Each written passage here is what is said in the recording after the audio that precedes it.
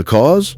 Aviation fuel vapor igniting in an inadequately ventilated hangar. This wasn't a surprise to the engineers. The Royal Navy had been begging American shipbuilders to fix this specific design defect for months. The Americans, focused on mass production, refused to slow down the lines. But the real betrayal happened after the ship sank. The Admiralty suppressed the inquiry findings for nearly 40 years, citing wartime morale. Families were told their sons died on active service. The wreck location was classified until 1982. The sailors knew the ship was a bomb. The government just didn't want the public to know they had let it sail anyway. Chapter 3. The Armored Gas Chamber IJN Taiho. Japan's Taiho was the most advanced carrier of the Imperial Navy. She featured an armored flight deck designed to survive the very bombs that had destroyed her predecessors at Midway. But the armored carrier design created a lethal geometry the architects hadn't anticipated. When a single torpedo hit ruptured a fuel tank, the aviation fuel didn't just leak, it vaporized. Because the ship was so heavily armored and protected, the hangar decks were effectively sealed. The damage control officer made a fatal logic error. He ordered the ventilation system to maximum to clear the fumes. Instead, the system acted as a distribution network, pumping highly explosive gas into every compartment where the crew was working. 6 hours later, a single spark turned the pride of the Japanese Navy in voice. Chapter 6. The Compromised Design. USS Ranger and USS Wasp. The USS Ranger was a treaty limit compromise. She sat so low in the water that her flight deck was regularly awash in even moderate seas. In heavy weather, her berthing decks flooded, and she rolled so violently that flight operations became impossible. Pacific commanders famously refused to risk her in high-intensity combat. They knew she couldn't survive. Her crew understood exactly what that refusal meant. The Navy had assessed their lives and decided the ship was expendable. Similarly, the USS Wasp was built with nominal torpedo protection to save weight for aircraft. When she was hit in 1942, she lasted exactly 43 days in the theater. The crew knew she lacked armor. The Navy knew it too. The Pacific Theater just confirmed the math in 6 weeks.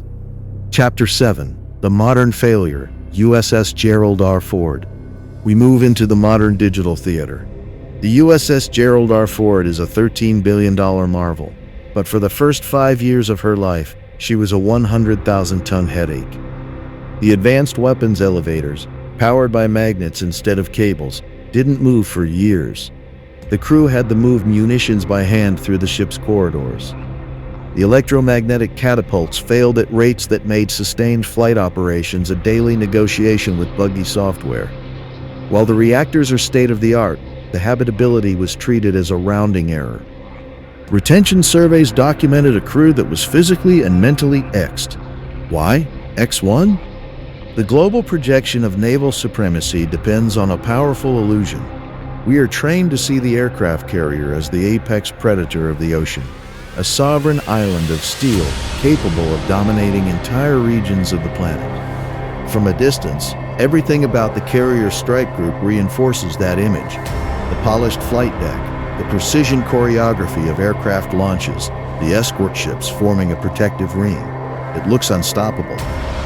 But beneath that carefully curated image exists a far more uncomfortable reality. Deep below the flight deck, far from the cameras and recruitment commercials, thousands of sailors live inside a maze of steel corridors, machinery compartments, and cramped berthing decks. For them, the ship is not a symbol of power. It is a machine they are trapped inside, and when that machine fails, there is nowhere to escape. Across naval history, some ships developed reputations so grim that sailors dreaded being assigned to them, not because of enemy action, but because the ships themselves were dangerous. Some suffered from design flaws that turned the hull into a death trap during emergencies. Others were rushed into service before they were safe to operate. And in some cases, political pressure to demonstrate naval strength meant crews were forced to live inside vessels that were fundamentally unfinished. These were not just unlucky ships, they were warnings.